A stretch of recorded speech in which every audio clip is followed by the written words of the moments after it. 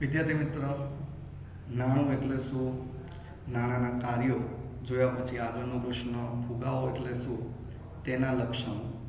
વિદ્યાર્થી મિત્ર, આ પ્રશ્ન આ પાઠની અંદર જેટલા 2 માર્ક્સના પ્રશ્ન આવે છે એમાં આ પ્રશ્ન મોસ્ટ ટાઈમપી પ્રશ્ન છે, કારણ કે ફુગાવાના લક્ષણો લગભગ 2 માર્ક્સની અંદર વધુ પડતો પૂછાય છે. આની અંદર એ ખાસ ધ્યાન આપજો. અને આમ પ્રશ્ન ઇઝી પણ છે, કે આ પ્રશ્ન સમજવો અને યાદ રાખવો ખાસ જરૂરી છે. ફુગાવો એટલે તો સિમ્પલ શબ્દમાં કહીએ, ફુગાવો એટલે ભાવ વધારો, કે બજારની અંદર વસ્તુના જે ભાવ વધી જ રહ્યા હોય તો એને ફુગાવો કહેવાય. આ સામાન્ય શબ્દમાં છે, એટલે ધ્યાન આપજો વિદ્યાર્થી મિત્રો કે પહેલી વ્યાખ્યા આપણે કહીએ છીએ ફુગાવો એટલે, તો ફુગાવોને સામાન્ય અર્થમાં એવું કહેવાય છે ભાવ વધારો. કે મેં કીધું એમ જેમ વસ્તુના ભાવ વધતા હોય એને ફુગાવો કહેવાય. બીજી વ્યાખ્યા ડોક્ટર એપી લર્નરના મતે છે. વિદ્યાર્થી મિત્રો, આ વ્યાખ્યાઓ કરજો, કારણ કે આ એમસીક્યુમાં પૂછાય છે. એમાં તમને વ્યાખ્યા આપી દીધી હોય પૂછે કે કોના મતે છે, એટલે ધ્યાન આપજો ખાસ. ડોક્ટર એપી લર્નર એવું કહે છે કે વસ્તુના પુરવઠા કરતા તેની માંગ વધારે હોય. પુરવઠા કરતા માંગ કેવી હોય? વધારે. તો એ જે સ્થિતિ સર્જાણી સ્થિતિને ફુગાવો કહે છે. કઈ રીતે? એક સિમ્પલ ઉદાહરણ લઈએ. ધારો કે તમારે મકાન છે, તો મકાન 1 છે, એટલે પુરવઠો કેટલો છે? 1. પણ ધારો કે તમારે મકાન વેચવું છે, તો પુરવઠો 1 છે અને વેચવું છે, અને ખરીદવાવાળા 5 જણા છે. તો માંગ કેટલાય કરી? 5. મકાન 1 છે એટલે પુરવઠો 1 છે, અને વેચવું છે અને તમે વેચવા માટે ખરીદવાવાળા 5 જણા, એટલે 5 જણે માંગ કરી. તો અહીંયા પુરવઠા કરતા માંગ શું થઈ? વધી. તો હવે આપણે વિદ્યાર્થી મિત્રો ખબર જ છે કે આ 5 જણા ખરીદવાવાળા છે, તો આપણે કોને વેચીએ? તો જે કિંમત વધારે દેવા તૈયાર હોય એને જ આપીશું ને. તો અહીંયા તમે જો એ ભાવ આપણે વધારે કેમ કર્યો, તો એનું કારણ છે માંગ વધારે છે. તો આ જે સ્થિતિ સર્જાણી સ્થિતિને શું કહેવામાં આવે છે વિદ્યાર્થી મિત્રો? ફુગાવો. આ એપી લર્નરની વ્યાખ્યા છે. લર્નરે એવું કીધું છે પુરવઠા અને માંગને ધ્યાનમાં રાખીને વ્યાખ્યા બનાવી છે. હવે વિદ્યાર્થી મિત્રો ખાસ ધ્યાન આપજો, ડોક્ટર એસી પીગુના મતે, તમે જો ઓલા ડોક્ટર એપી લર્નર છે, આ ડોક્ટર એસી પીગુ છે, એણે એવું કીધું વાસ્તવિક આવક કરતા નાણાકીય આવક વધારે ઝડપથી વધે. વાસ્તવિક આવક એટલે ખરેખર આવક, એના કરતા નાણાકીય આવક શું થતી હોય? ઝડપથી વધતી હોય. તો એ સ્થિતિને એને પણ શું કહેવાય? ફુગાવો. હવે આપણને ખબર વિદ્યાર્થી મિત્રો, ધારો કે તમે કોઈ બિઝનેસ શરૂ કર્યો, તો આ બિઝનેસની અંદર તમે 10,000નું વેચાણ કર્યું, તો એ આજનું 10,000નું વેચાણ કર્યું નહીં, 10,000 તમારા માટે નાણાકીય આવક કહેવાય. પણ વિદ્યાર્થી મિત્રો, એ 10,000ની અંદર વસ્તુની જે કિંમત હતી એ કિંમત જે છે અંદર એડ થયેલી છે, બરાબર, કારણ કે એમાં નફો પછી ઉમેરાય છે. એટલે તમે જે ખર્ચો જે છે, ખર્ચો બાદ કરીને જે આવક વધશે એ જ ખરેખર તમારી વાસ્તવિક આવક કહેવાય છે. એટલે વાસ્તવિક આવક કરતાં હંમેશા નાણાકીય આવક કેવી હોય છે? વધારે. તો એ સ્થિતિને શું કહેવામાં આવે છે? ફુગાવો. વ્યાખ્યા યાદ રાખજો. ડોક્ટર એસી પીગુએ આવકને ધ્યાનમાં રાખીને વ્યાખ્યા આપેલી છે, અને લર્નરે માંગ અને પુરવઠાને ધ્યાનમાં રાખીને વ્યાખ્યા આપેલી. આ શબ્દ યાદ રાખજો, કારણ કે આ જ્યારે પૂછશે વ્યાખ્યા ત્યારે કોના મતે છે એ ખાસ પૂછશે. અને લગભગ આપણને સ્વાધ્યાયની અંદર આ વ્યાખ્યા 2માંથી 1ની આપેલી જ છે, એટલે વિદ્યાર્થી મિત્રો ખાસ ધ્યાન આપજો. આપણે હજી અંદર ત્રીજી વ્યાખ્યા લખી છે મિલ્ટન ફ્રીડમેનની વ્યાખ્યા. આ ચોપડીની અંદર નથી આવી, આપણે પાછી એક્સ્ટ્રા લખેલી છે કે ફુગાવો એ સાર્વત્રિક નાણાકીય ઘટના છે. કે ફુગાવો એ સાર્વત્રિક એટલે બધે જ થાય, અને નાણાકીય, કારણ કે નાણાં સાથે જ સંકળાયેલા છે. કારણ કે નાણાંનો જો ભાવ વધતો હોય તો જ એને ફુગાવો કહેવાય. ધારો કે મકાનોની સંખ્યા અત્યારે વધી જ રહી છે. આપણે જોઈએ છીએ આજથી વર્ષો પહેલા અમદાવાદમાં કેટલા મકાન હતા અને અત્યારે કેટલા મકાન છે. તો જોઈએ તો મકાનોની સંખ્યા વધી જ રહી છે, તો એને ફુગાવો ના કહેવાય. યાદ રાખજો ખાસ. હા, મકાનની કિંમત જે વધી રહી છે તો એને ફુગાવો કહેવાય. યાદ રાખજો ખાસ કે ફુગાવો એ નાણાકીય ઘટના છે અને સાર્વત્રિક. કે ધારો કે અમદાવાદમાં ભાવ વધારો થાય મકાનનો, તો પછી એને ફુગાવો ના કહેવાય. ફુગાવો એટલે તમામ લેવલે ભાવ વધતા હોય, આખા ગુજરાત લેવલે, ગુજરાત નહીં આખા ઇન્ડિયા લેવલે જો ભાવ વધતા હોય તો જ એને ફુગાવો કહેવાય. અને થોડી વાર માટે વધે તો પણ એને ફુગાવો ના કહેવાય. ધારો કે એક્ઝામ્પલ તરીકે ઉનાળાની અંદર આઈસ્ક્રીમના ભાવ વધે, કોલ્ડ ડ્રિંક્સના ભાવ વધે, કારણ કે તમે જો ગરમીની અંદર ઠંડા પીણાના આઈસ્ક્રીમના ભાવ વધે છે તો એ ખાલી ઉનાળા પૂરતા વધ્યા છે? તો એને ફુગાવો ના કહેવાય. યાદ રાખજો, થોડા સમય ટૂંકા સમય માટે ભાવ વધે તો પણ એને ફુગાવો ના કહેવાય. અમુક સ્તરે જ ભાવ વધે તો પણ એને ફુગાવો કહેવાય નહીં. આ આપણે ફુગાવાની વ્યાખ્યાઓ જોઈ. હવે વિદ્યાર્થી મિત્રો એના લક્ષણો જોઈએ છે. હવે લક્ષણો આપણને ચોપડીની અંદર 3 જ આપ્યા છે. આપણે વિદ્યાર્થી મિત્રો 6 લખ્યા છે. 6 એટલે લખ્યા છે કારણ કે તમે જો કદાચ તમે 2 મુદ્દા ભૂલી જાઓ તો બીજા 2 લખી શકો છો. અને આ વ્યાખ્યા ઉપરથી જ આપણે બનેલા છે અમુક મુદ્દા. તો ચલો, એમાં પહેલું જ કીધું છે ફુગાવાથી ભાવ સપાટીમાં સતત વધારો થાય છે. કારણ કે ફુગાવાની સ્થિતિમાં હંમેશા ભાવમાં શું થાય? વધારો. એટલે આપણે વ્યાખ્યા ઉપરથી જ કીધું ફુગાવાથી ભાવ સપાટીમાં વધારો થાય છે.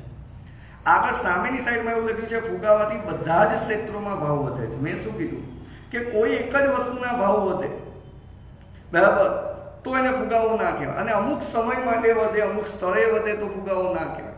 ફુગાવો એટલે બધી જ જગ્યાએ ભાવ વધે, બધા જ ક્ષેત્રોમાં ભાવ વધે તો જ એને ફુગાવો કહેવાય. અને ફુગાવાથી નાણાંનું મૂલ્ય ઘટતું જાય છે. આ યાદ રાખજો, એમસીક્યુમાં પ્રશ્ન મોસ્ટ ટાઈમ છે કે ફુગાવાથી નાણાંનું મૂલ્ય, નાણાંના મૂલ્યને બીજા શબ્દમાં કીધું છે ખરીદ શક્તિ શું થાય છે? તો ઘટે છે. કે ધારો કે આજે કોઈ વસ્તુ આપણે 100 રૂપિયામાં 5 લઈ શકીએ છીએ. હવે ભાવ વધ્યા, એ જે વસ્તુ લઈએ છીએ એના ભાવ વધી ગયા અને હવે 100 રૂપિયામાં એ વસ્તુ 4 જ મળે છે. તો અહીંયા નાણાંનું મૂલ્ય ઘટ્યું કહેવાય. કે તમે જો પહેલા 20 રૂપિયામાં 1 મળતી હતી એટલે 100 રૂપિયામાં 5 લાવતા હતા. હવે ભાવ વધ્યા, 20ના 25 રૂપિયા થઈ ગયા તો હવે 4 જ મળે છે. તો અહીંયા ખરીદ શક્તિ આપણે 5 લેવી હોય તો 125 રૂપિયા જશે. એટલે અહીંયા ખરીદ શક્તિ શું થઈ છે? નાણાંનું મૂલ્ય શું થયું કહેવાય? ઘટ્યું કહેવાય. ફુગાવો એ સ્વયં પ્રેરિત પ્રક્રિયા છે. ફુગાવો તમારા કે મારાથી થતું નથી. સ્વયં જાતે જ વધવાને કોઈનું ડિસિઝન ના હોય. જેમ કે અત્યારે તમે જો કોરોના, આપણે કહીએ કોરોના ચીનથી આવ્યો, પણ ચીનથી કોનાથી આવ્યો? પ્રોપર કોઈ વસ્તુ આપણે કહી શકીએ નહીં કે આનાથી થયો, આ વ્યક્તિથી થયો, આ પ્રાણીથી થયો અથવા આના લીધે જ થયો. બરાબર. ફુગાવો એ સ્વયં પ્રેરિત પ્રક્રિયા છે. જેમ કે ભૂકંપ આવે તો ભૂકંપ તો એ સ્વયં પ્રેરિત છે. બરાબર. યાદ રાખજો ખાસ વિદ્યાર્થી મિત્રો, ફુગાવો એ સ્વયં પ્રેરિત છે. સ્વયં પ્રેરિત એટલે સ્વયં જાતે જ ભાવ વધે. તમારા કે મારાથી ભાવ વધે તો એને ફુગાવો કહી શકાય નહીં. આગળ વિદ્યાર્થી મિત્રો ખાસ ધ્યાન આપજો. આગળ 2 મુદ્દા કે પૂર્ણ રોજગારીની સ્થિતિ પછી વધતી ભાવ સપાટી ફુગાવો છે. પૂર્ણ રોજગારી એટલે ધારો કે બધાને રોજગારી મળી ગઈ છે. બધાને રોજગારી મળી ગઈ એટલે બધાની આવક શરૂ થઈ ગઈ છે. હવે બધા પાસે આવક હોય એટલે આપણને ખબર છે ભાવ વધે, તો એ જે ભાવ સપાટી થઈ એને ફુગાવો કહે છે. વિદ્યાર્થી મિત્રો, આપણે જે ઉપર વ્યાખ્યા જોઈ એમાં એક વ્યાખ્યા આપણે કેઇન્સની લખી નથી. બરાબર. એક કેઇન્સની વ્યાખ્યા પણ આવે છે કે પૂર્ણ રોજગારી પછી એટલે કે ઉત્પાદનના સાધનોને પૂર્ણ રોજગારી મળ્યા પછી જે ભાવ સપાટી વધે છે, જેના લીધે નાણાકીય આવક શું થતી હોય? વધતી હોય, તો એ સ્થિતિને શું કહેવામાં આવે છે? ફુગાવો. આ વ્યાખ્યા કેઇન્સની આપેલી છે. બરાબર. આપણે અંદર લખી નથી પણ એક્સ્ટ્રા પૂછી શકે.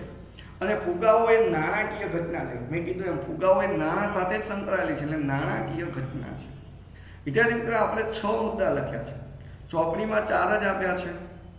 ચલો હવે આગળ એમાં જોઈએ કે ફુગાવાને સમજવા ધ્યાનમાં રાખવાની બાબતો. આ યાદ રાખજો વિદ્યાર્થી મિત્રો કે ફુગાવા વખતે ધ્યાનમાં રાખવાની બાબતો. તો મેં હમણાં જ કીધું કે કોઈ એક જ વસ્તુના ભાવ વધે તો એને ફુગાવો ના કહેવાય. અમુક સમય માટે વધે તો ફુગાવો ના કહેવાય. અને ફુગાવો એટલે તો ધારો કે આપણે ભાવને અંકુશમાં રાખ્યા છતાંય ભાવ વધે છે તો એને ફુગાવો કહેવાય.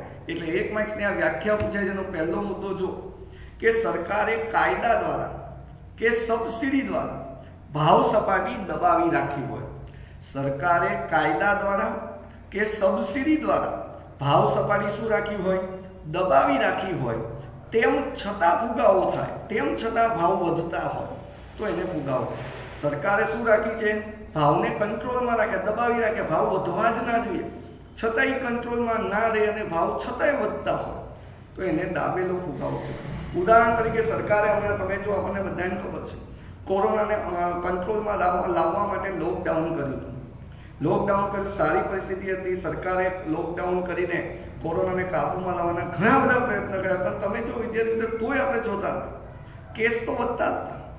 સરકારના અથાગ પ્રયત્નો હોવા છતાં કેસ વધતા હતા. એટલે અહીંયા એ જ વસ્તુ કે સરકારે ઘણા બધા કાયદા દ્વારા અથવા સબસિડી દ્વારા ભાવ દબાવી જ રાખ્યા છે, પણ અનિવાર્ય કોઈ પણ કારણોસર છતાંય ભાવ વધતા હોય તો પછી એને ફુગાવો કહેવાય. એ જે ફુગાવો છે એને દાબેલો ફુગાવો કહેવાય છે. દાબેલીના સમજતા વિદ્યાર્થી મિત્રો. ચલો આગળ કીધું છે કે અર્થતંત્રમાં ટૂંકા સમય માટે અમુક વસ્તુના ભાવ વધે. અર્થતંત્રમાં ટૂંકા સમય માટે અમુક વસ્તુના ભાવ વધે તો એ ફુગાવો નથી. જેમ કે ઉનાળામાં ઠંડા પીણાના ભાવ વધારો, એને ફુગાવો ન કહેવાય. કે જો અર્થતંત્રમાં આગળ કીધું છે, જો અર્થતંત્રમાં સાધનો બેકાર પડ્યા હોય, આપણને ખબર ઉત્પાદનના સાધનો એમને પડ્યા જ છે, હવે એને આપણે ઉપયોગમાં લઈએ છીએ અને ઉપયોગમાં લઈએ છીએ ને એના લીધે ઉત્પાદન વધે. આપણને ખબર નવરા એમને સાધનો પડ્યા જ છે ને સાધનોને આપણે ઉપયોગમાં લીધા એટલે ઉત્પાદન વધ્યું. ઉત્પાદન વધ્યું અને એના લીધે ભાવ ઘટે છે, કારણ કે ઉત્પાદન વધે એટલે ભાવ ઘટે. ઉત્પાદન વધ્યું એના લીધે ભાવ ઘટે છે, તો ઘટે છે તો એ ફુગાવો નથી. અને વસ્તુની ગુણવત્તા સુધારવાને કારણે ભાવ વધે. કે ધારો કે કેડબરી વાળા છે, ધારો કે અત્યારે સિલ્ક જે છે, ધારો કે એક્ઝામ્પલ તરીકે 70 રૂપિયામાં આવે છે અંદાજે. હવે સિલ્કમાં જે પણ એની ગુણવત્તા છે એને ગુણવત્તામાં હજી કંઈક નવો સુધારો કર્યો અને સુધારો કરીને 70 રૂપિયાની સિલ્કને એને 75 રૂપિયા કરી દીધા. પૈસા વધ્યા, કિંમત વધી, પણ એણે સામે ગુણવત્તા સુધારેલી છે, તો પછી એ ફુગાવો ન કહેવાય. આ યાદ રાખજો ખાસ વિદ્યાર્થી મિત્રો કે વસ્તુની ગુણવત્તા સુધારવાને કારણે ભાવ વધે. મેં શું કીધું કે સિલ્ક 70 રૂપિયામાં ધારો કે આવે છે અને જે પણ ગુણવત્તા અત્યારે છે એમાં એને કંઈક નવો સુધારો કરી નવી ગુણવત્તા સાથે એને ફરીથી બહાર પડી અને કિંમત એને 75 રૂપિયા કરી નાખી. તો અહીંયા 5 રૂપિયા વધ્યા છે પણ સામે એને ગુણવત્તા સુધારી છે, તો પછી એ ભાવ વધારો થયો છે, છતાં એને ફુગાવો કહેવાય નહીં. વિદ્યાર્થી મિત્રો, આ જે છે પ્રશ્ન બધી રીતે 1 માર્ક્સમાં 2 માર્ક્સમાં મોસ્ટ ટાઈમથી છે. વ્યાખ્યા કયો, લક્ષણો કયો અથવા ધ્યાનમાં રાખવાની બાબતો કયો, બધા પ્રશ્ન 1 માર્ક્સમાં 2 માર્ક્સમાં આઈએમપી પ્રશ્ન છે. આ પાઠની અંદર સૌથી વધારે પૂછાતા હોય એવા પ્રશ્નનું આ લિસ્ટ છે. વાંચી નાખો, પછી હજી આગળ પ્રશ્ન જોઈએ છે અને આગળ હવે નવો પ્રશ્ન પહેલા વાંચી નાખો પછી ચલાવીએ છીએ.